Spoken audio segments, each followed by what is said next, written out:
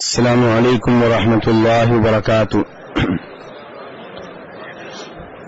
ان الحمد للہ نحمده ونستعینه ونستغفره ونعوذ باللہ من شرور انفسنا ومن سیئات اعمالنا من يهده الله فلا مضل له ومن يضلل فلا هادي له. اشهد ان لا اله الا الله وحده لا شريك له وأشهد أن محمدا عبده ورسوله.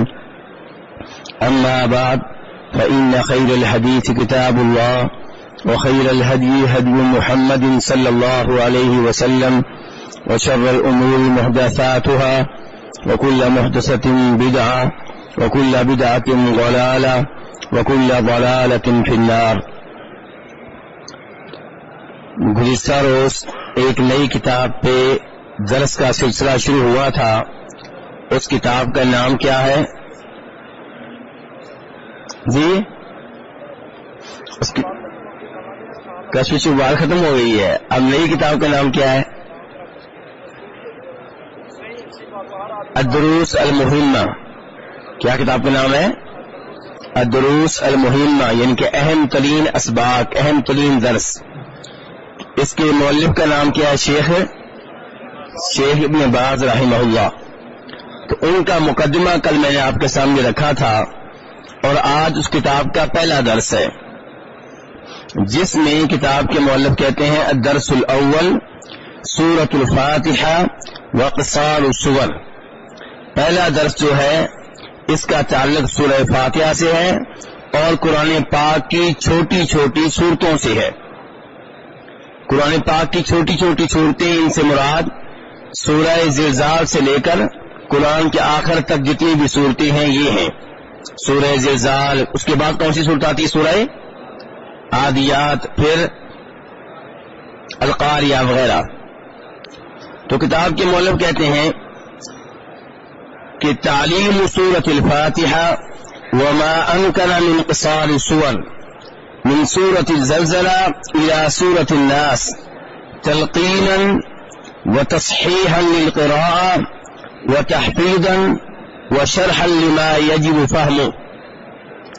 کتاب کے مؤلف کہتے ہیں کہ عام آدمی اگر پورا قرآن پاک یاد نہیں کر سکتا تو کم از کم جو قرآن پاک کی چھوٹی چھوٹی صورتیں ہیں یہ اسے معلوم ہونی چاہیے، ان کی تلاوت آنی چاہیے، یہ زبانی یاد ہونی چاہیے، ان کی تفسیر بھی معلوم ہونی چاہیے.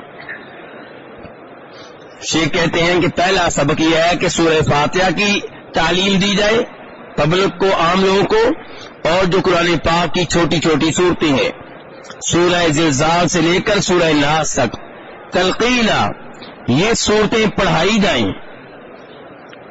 ٹیچر جو ہے وہ پڑھے، قاری جو ہے وہ پڑھے اور عام آدمی قاری کے پیچھے پیچھے پڑھے. وتصحیحا للقراءة، پھر عام آدمی سے ان صورتوں کی تلاوت سنی جائے اور اس کی جو غلطیاں ہیں ان کی اصلاح کی جائے. وتحفیظا، اس کے بعد یہ صورتیں زبانی یاد کروائی جائیں. وشرحا لما یجب فہمہ، پھر ان صورتوں میں سے جن آیتوں کا مطلب معلوم نہیں ہے ان کا مطلب بتایا جائے، ان کی تفسیر بتائی جائے. میرے بھائیوں، قرآن پاک اللہ کا کلام ہے. جیسے اللہ عظیم ہے ایسے ہی اللہ کا کلام عظیم ہے. اس قرآن کے سامنے ان ڈراموں کی کیا حیثیت ہے جن کو ہم روزانہ ٹائم دیتے ہیں؟ اللہ کے کلام کے سامنے ان فلموں کی کیا حیثیت ہے جنہیں ہم روزانہ ٹائم دیتے ہیں؟ اللہ کے کلام کے سامنے ان لطیفوں کی، ان مجلسوں کی، ان گپوں کی کیا حیثیت ہے جنہیں ہم اتنا ٹائم دے رہے ہیں؟ جبکہ ایک مسلمان کو چاہیے کہ صبح و شام اللہ تبارک و تعالیٰ کے کلام کے ساتھ لگا رہے، کبھی اس کی تلاوت کر رہا ہو، کبھی اسے زبانی یاد کر رہا ہو، کبھی اس کی تفسیر جان رہا ہو، معنی و مفہوم معلوم کر رہا ہو. صبح و شام قرآن پاک کے ساتھ. اور قرآن پاک کے نازل ہونے کا مقصد صرف یہ نہیں ہے کہ آپ اس کی اوپر دیکھ کر تلاوت کرتے رہیں. اوپر دیکھ کر تلاوت کرنا بھی کار ثواب ہے، اس پہ بھی اجر و ثواب ملتا ہے، لیکن مین مقصد یہ ہے کہ اس کو سمجھا جائے.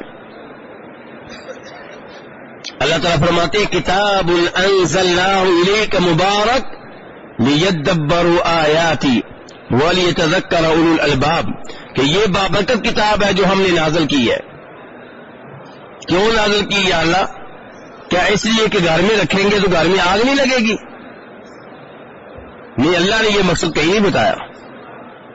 اللہ نے بتایا ہے لیدبروا آیاتی، یہ کلام میں نے اس لیے نازل کیا ہے کہ لوگ اس پہ غور و فکر کریں. غور و فکر کیا ہے؟ غور و فکر کیا ہے کہ لوگوں کو معلوم ہو کہ کس صورت میں کتنے لفظ کتنی بار آئے، کس سپارے میں کتنے حروف ہیں، کس صورت میں کتنے کلمات ہیں. بھائی یہ بھی معلومات قرآن پاک کے متعلق ہیں، آپ حاصل کر لیں، ہمیں کوئی اعتراض نہیں ہے. لیکن مین مقصد یہ نہیں ہے.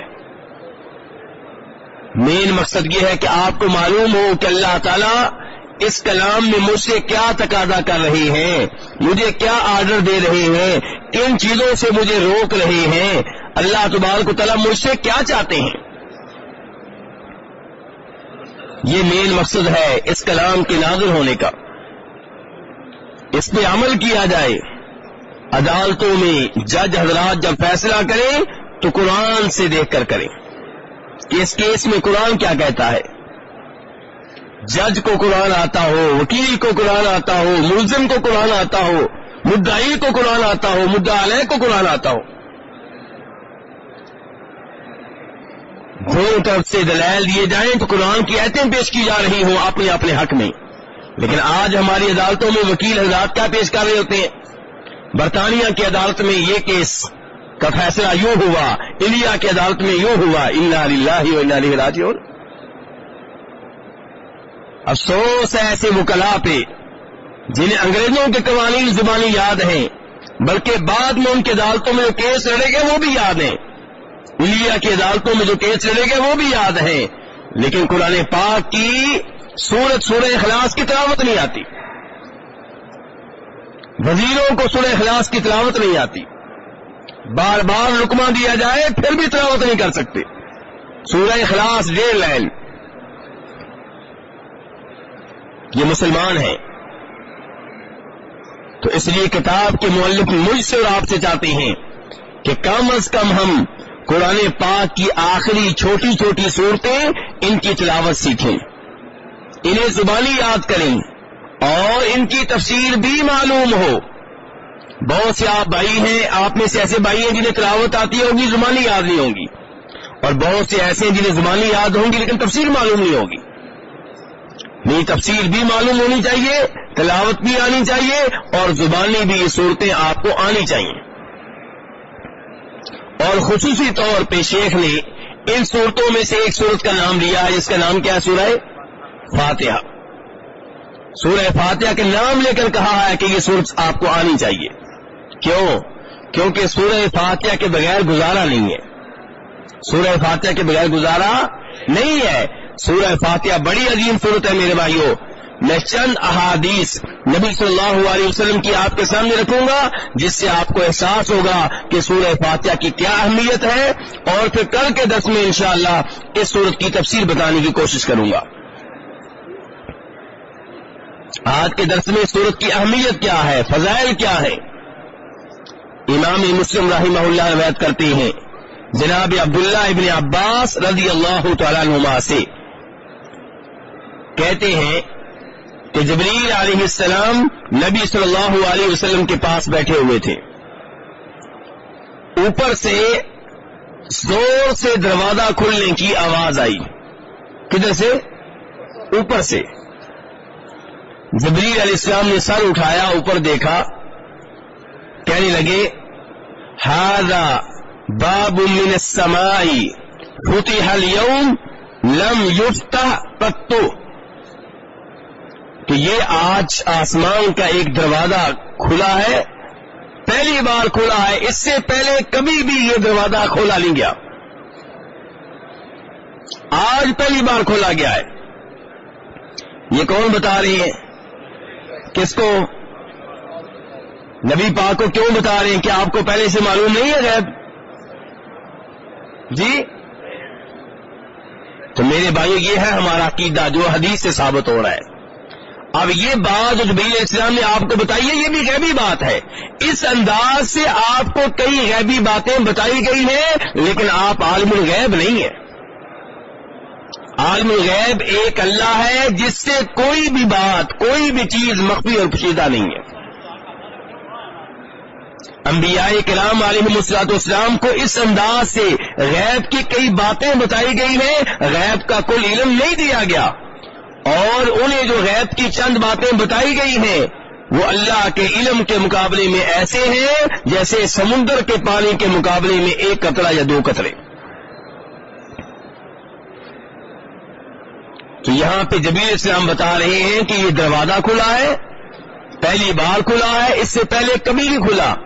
اور پھر کہا کہ اس سے ایک فرشتہ اترا ہے، دروازے سے ایک فرشتہ اترا ہے. یہ فرشتہ بھی زمین پہ پہلی بار آیا ہے، اس سے پہلے کبھی نہیں آیا.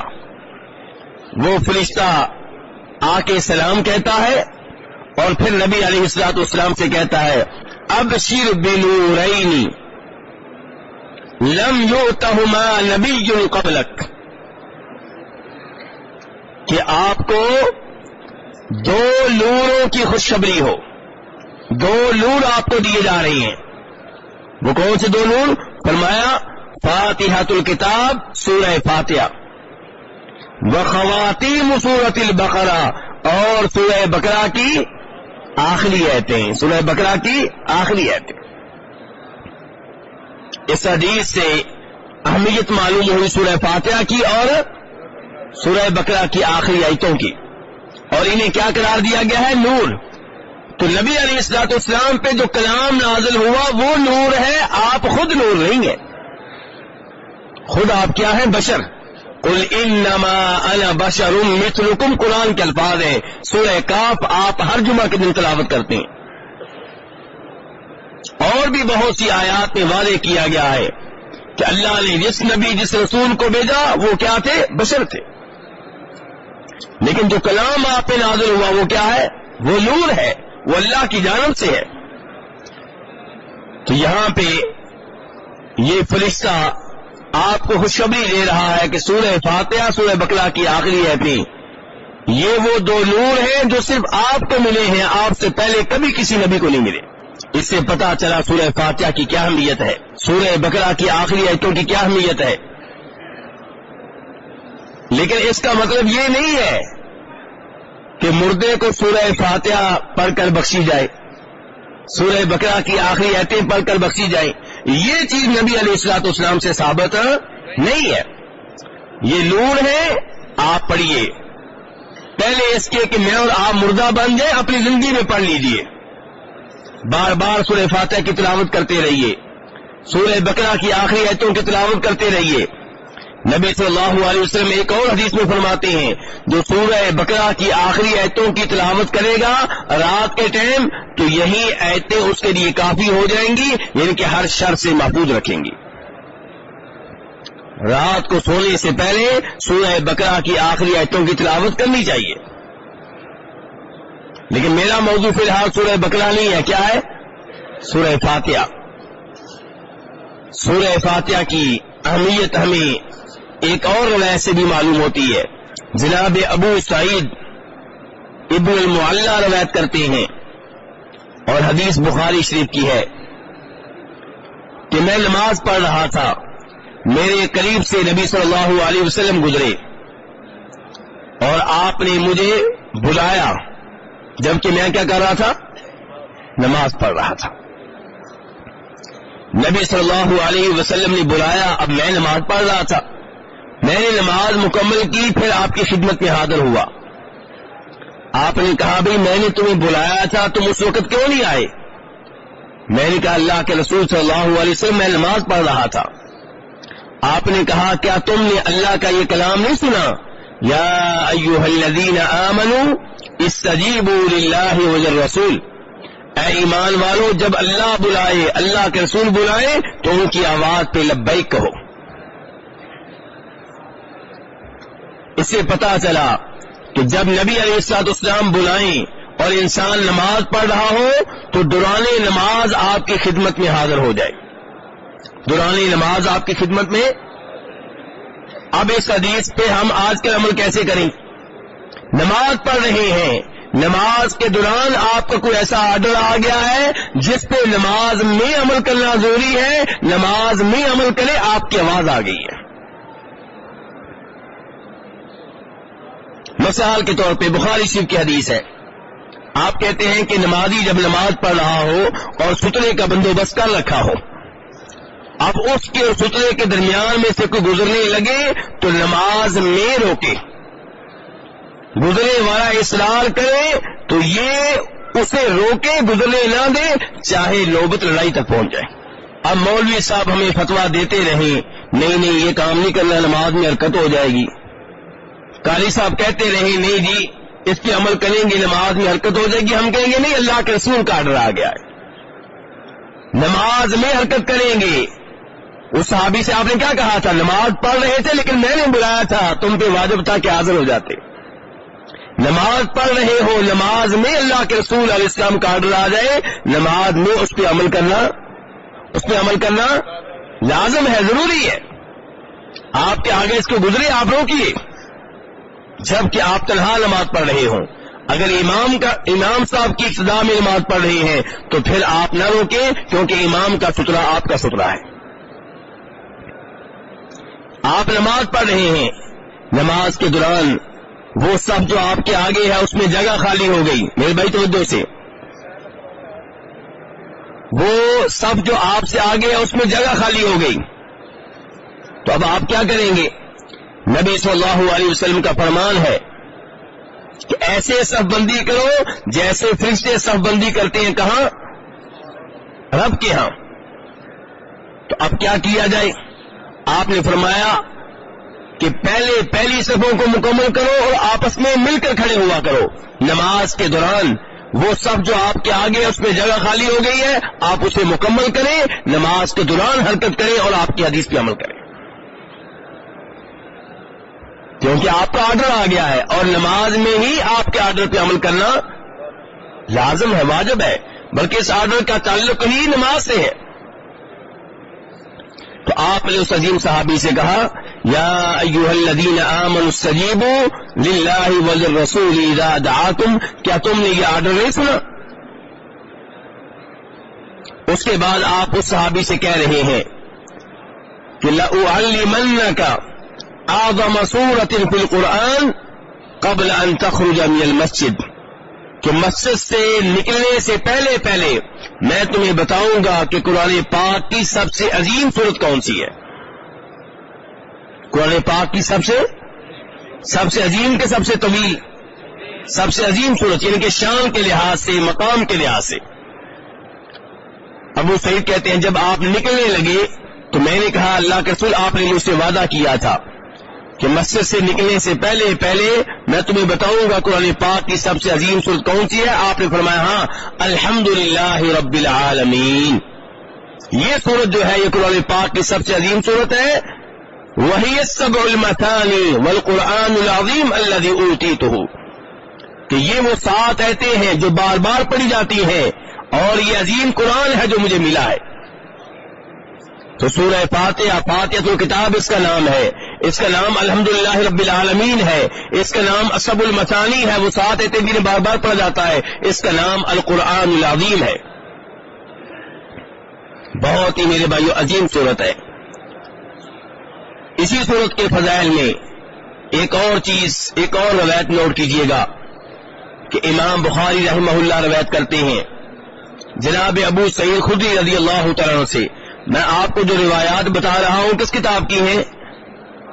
یا بخاری کی ہیں یا مسلم کی ہیں؟ تو میرے بھائی بخاری مسلم یہ حدیث کی وہ کتابیں ہیں جو سب سے زیادہ اہمیت رکھتی ہیں، یہ سب سے زیادہ اہمیت رکھنے والی کتابیں ہیں۔ بخاری مسلم کی احادیث کو شبہ سے بالا تر ہوتی ہیں۔ تو آپ یہاں پہ ابو سعید خدری روایت کرنے والے ہیں اور وہ کیا کہہ رہے ہیں کہ ہم ایک دفعہ سفر میں تھے۔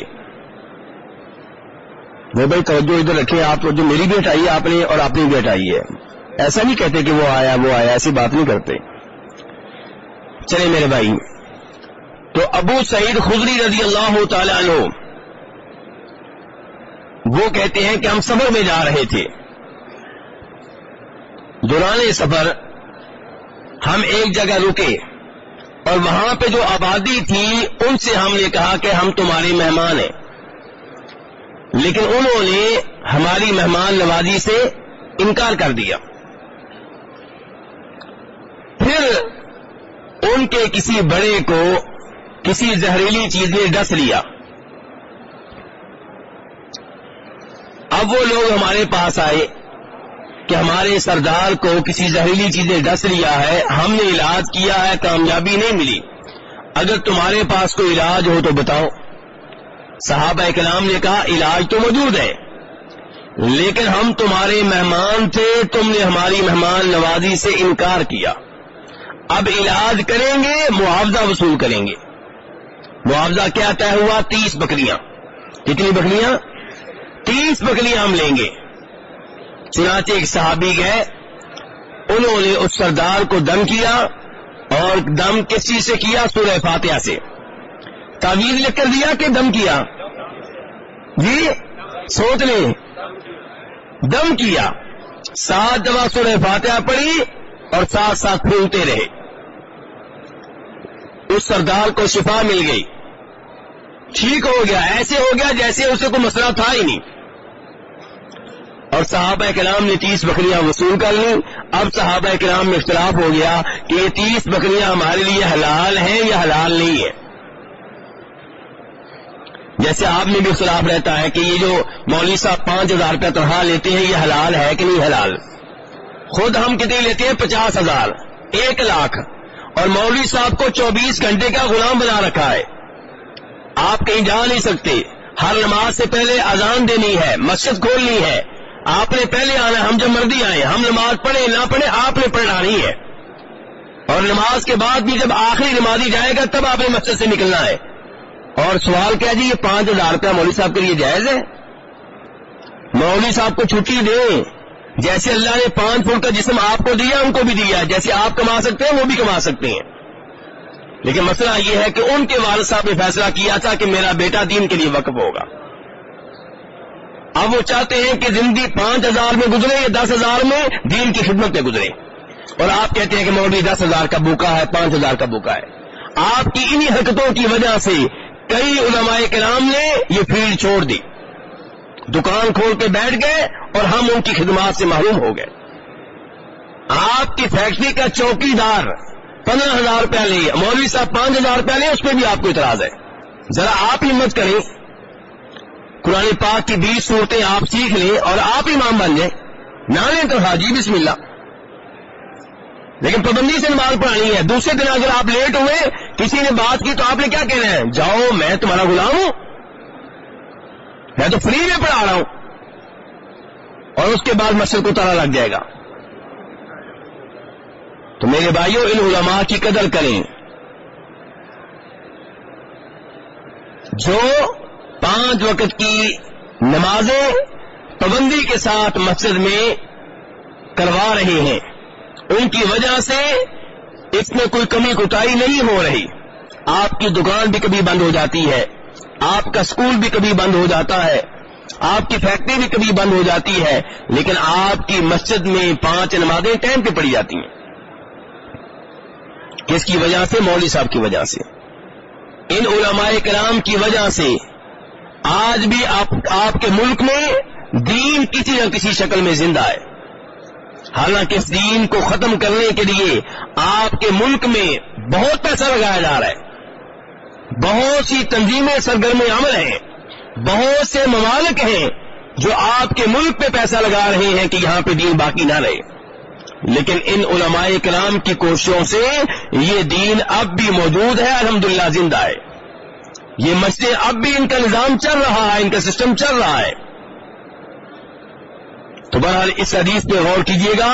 صحابہ کرام نے دم کیا اور کتنی بکریاں لی ہیں؟ 30 بکریاں.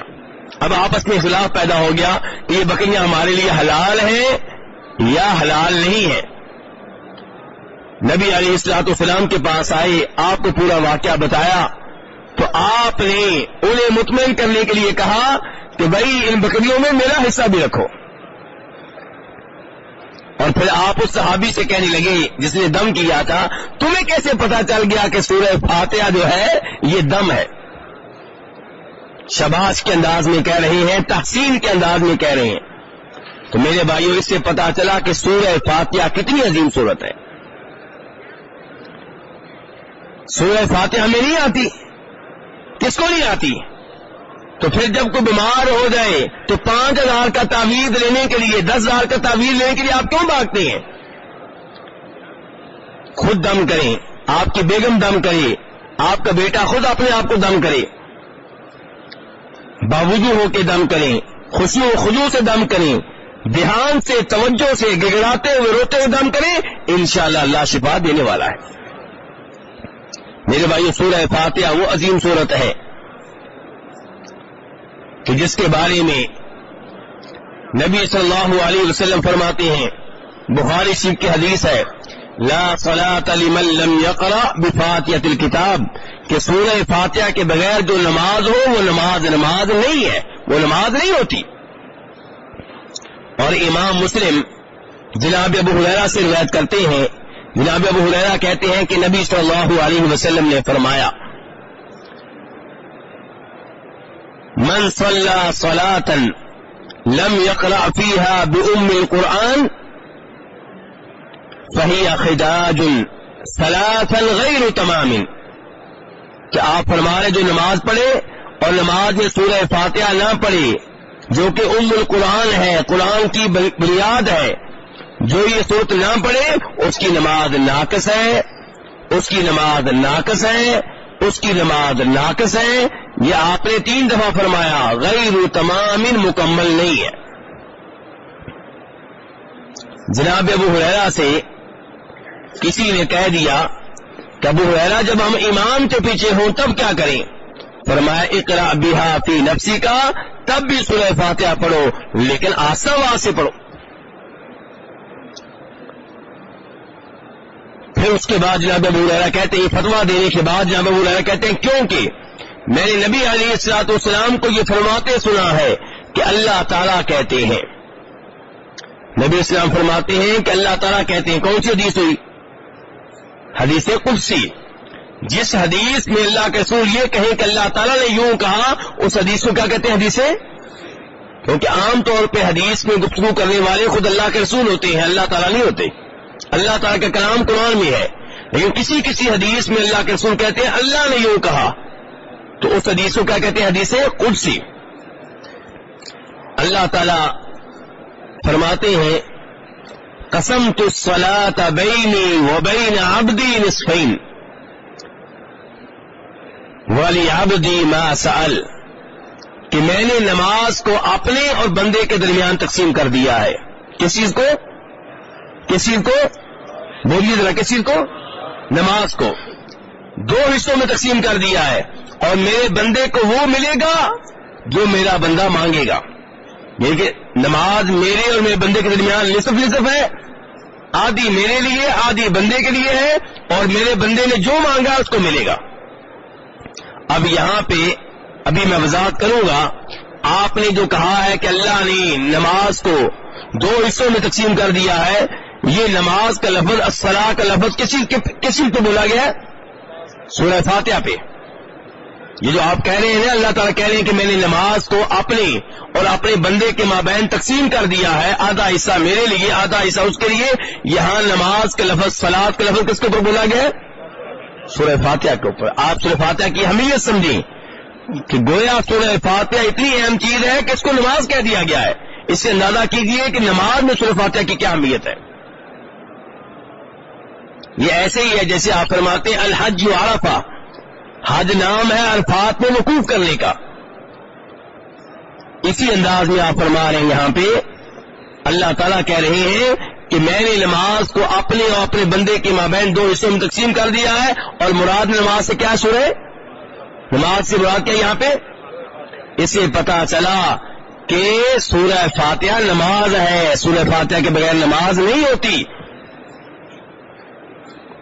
اللہ تعالیٰ فرماتے ہیں، اب میں پوری حدیث آپ کے سامنے رکھتا ہوں کہ اللہ تعالیٰ کہتے ہیں میں نے نماز کو 2 حصوں میں تقسیم کر دیا ہے، آدھا حصہ میرے لیے، آدھا میرے بندے کے لیے، اور میرے بندے کو وہ ملے گا جو وہ مانگے گا۔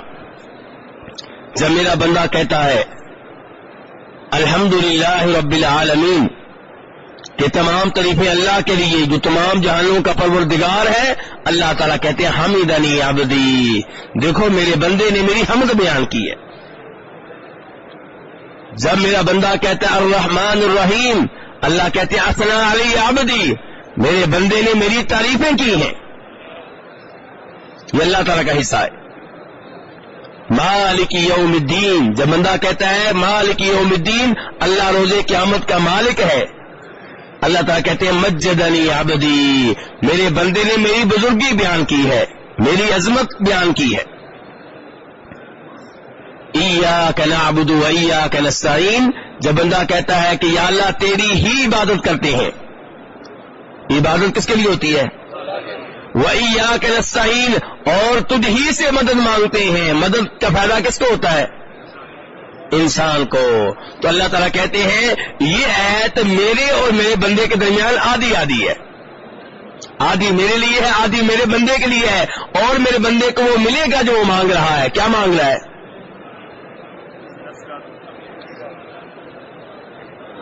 ایاک نعبد و ایاک نستعین، مدد مانگ رہا ہے۔ کیا مانگ رہا ہے؟ کس سے مانگ رہا ہے؟ تو یا اللہ مدد، یہ تو قرآن کے عین مطابق ہے۔ یا رسول اللہ مدد کہاں پہ آیا ہے؟ یا علی مدد کہاں پہ آیا ہے؟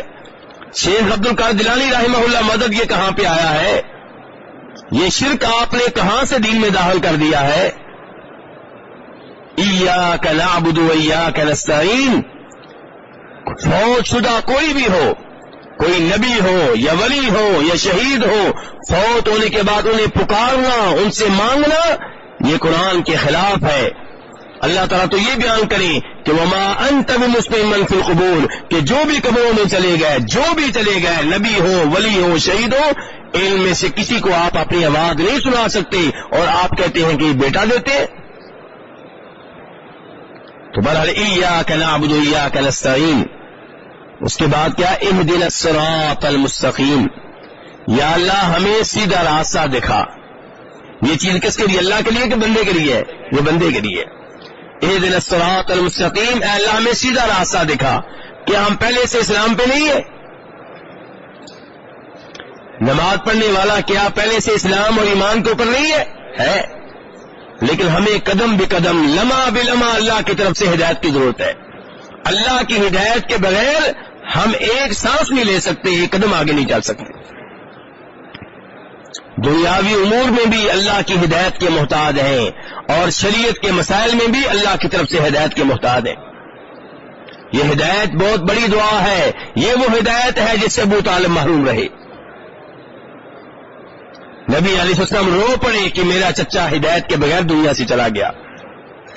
یہ کوئی معمولی دعا نہیں ہے، توجہ سے دعا کیا کریں، منت کے انداز میں کہا کریں، گویا کہ آپ اللہ کی منت کر رہے ہیں۔ اہدنا الصراط المستقیم،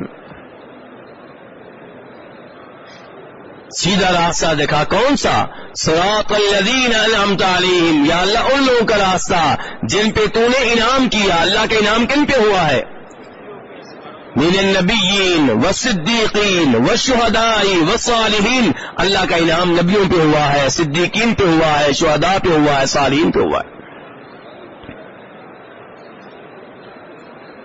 غیر المغضوب علیہم ولا الضالین، اے اللہ ہمیں ان کے راستے پہ نہ چلانا جن پہ تیرا غضب نازل ہوا۔ وہ کون ہے؟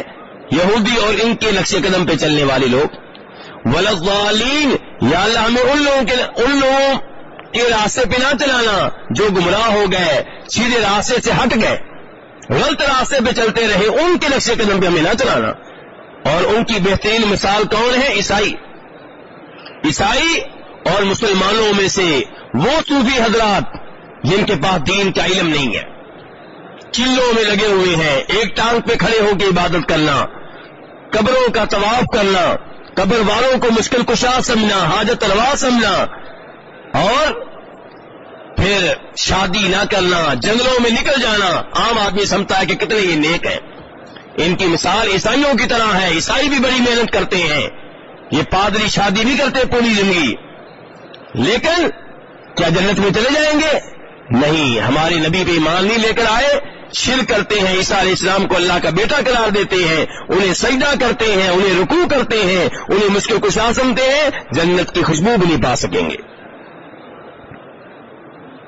ایسے ہی ہمارے یہ صوفی حضرات جن کا تقدس آپ کے ذہنوں میں ڈال دیا گیا ہے، یہ درباری لوگ جنہوں نے شرک کے اڈے قائم کر رکھے ہیں، جن کی وجہ سے قبروں کو سجدے ہو رہے ہیں، قبر والوں سے بیٹے مانگے جا رہے ہیں، قبروں کا طواف ہو رہا ہے، قبر والوں کے نام پہ بکرے ذبح ہو رہے ہیں، یہ جتنے بھی ٹل اپنے گلے میں ڈال لیں، یہ جتنی بھی بڑی بڑی تسبیحیں اپنے گلے میں ڈال لیں، ان سے دھوکہ مت کھائیے۔ جب یہ شرک کر رہے ہیں، بدعات کا راستہ اختیار کر رکھا ہے، ان کی کوئی عزت نہیں ہے، ان کا دین میں کوئی حصہ نہیں ہے۔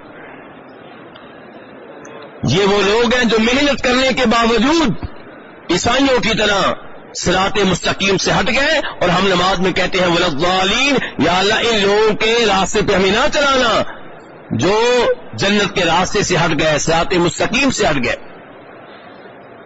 جنت کا راستہ بالکل سیدھا راستہ ہے، اگر کوئی اس راستے سے ہٹ کے دائیں بائیں محنت کر رہا کرتا رہے، وہ جنت کا راستہ نہیں ہے، اس محنت کا فائدہ نہیں ہوگا، کیونکہ وہ محنت جنت کی طرف جانے کے لیے نہیں ہے، وہ دائیں بائیں کہیں اور لے جا رہی ہے۔ وہ سفر آپ کو جتنا بھی طویل ہو جائے، اس راستے میں آپ کو جتنی بھی تکلیفیں آئیں، آپ جتنا بھی صبر کر لیں، فائدہ کیوں نہیں ہے؟ کیونکہ وہ جنت کا راستہ نہیں ہے، وہ دائیں بائیں کہیں اور جا رہا ہے۔ تو میرے بھائیوں، یہاں پہ جناب ابو ہریرہ کیا کہنا چاہتے ہیں؟ جب ان سے سوال کیا گیا کہ امام کے پیچھے بھی سورہ فاتحہ پڑھے، کہا ہاں پڑھو آہستہ آواز سے، پھر انہوں نے یہ حدیث قدسی بیان کی۔ وہ سبق کیا دینا چاہتے ہیں؟ بھئی امام بھی پڑھے، مفتی بھی پڑھے، کیونکہ اللہ تمہاری ہر ایت کا جواب دیں گے۔ تم کہو گے الحمدللہ رب العالمین، آواز آئے گی حمدنی عبدی، میرے بندے نے میری حمد بیان کی ہے۔ تم کہو گے الرحمن الرحیم، آواز آئے گی اثنا علی عبدی، میرے بندے نے میری ثنا بیان کی ہے، تعریفیں بیان کی ہے۔ تم کہو گے مالک یوم الدین، آواز آئے گی مجدنی عبدی، میرے بندے نے میری تعظیم بیان کی ہے، بزرگی بیان کی ہے۔ اگر امام پڑھے آپ نہیں پڑھیں گے تو یہ جواب امام کو آئے گا، آپ کو نہیں آئے گا۔ جناب ابو ہریرہ یہ کہنا چاہتے ہیں، اس حدیث کو اس موقع پہ پیش کرنے کا مقصد یہ ہے۔ تو بہرحال میرے بھائیوں، آج کے درس سے ہمیں یہ معلوم ہوا کہ سورہ فاتحہ کی کتنی اہمیت ہے۔ انشاءاللہ کل کے درس میں اس سورت کی مزید تفسیر بیان کرنے کی کوشش کروں گا۔ کافی حد تک تفسیر آج بھی بیان ہو گئی ہے، لیکن کل مزید اس پہ روشنی ڈالنے کی کوشش کروں گا۔ اللہ تبارک تعالیٰ سے دعا ہے کہ شیخ ابن باز رحمہ اللہ کے موقف کے مطابق وہ ہمیں کم از کم سورہ فاتحہ اور قرآن پاک کی آخری چھوٹی چھوٹی صورتیں سیکھنے کی، تلاوت کرنے کی، زبانی یاد کرنے کی، ان کا معنی مفہوم جاننے کی توفیق عنایت فرمائے۔ وصلی اللہ تعالی علی نبیہ محمد وآلہ وصحبہ اجمعین۔ میرے بھائی آپ جانتے ہیں روز قیامت کہا جائے گا پڑھتا جا چڑھتا جا۔ کو پڑھنے کے لیے کچھ ہے صورتیں؟ آپ نے کیوں یہ سمجھ رکھا ہے کہ حفظ کرنا بچے کا کام ہے؟ صحابہ کرام نے جب قرآن پاک یاد کیا تھا تب بوڑھے تھے کہ بچے تھے؟ 50 سال عمر، 35 سال عمر، 60 سال عمر، بابا جی اس عمر میں قرآن پاک یاد کریں۔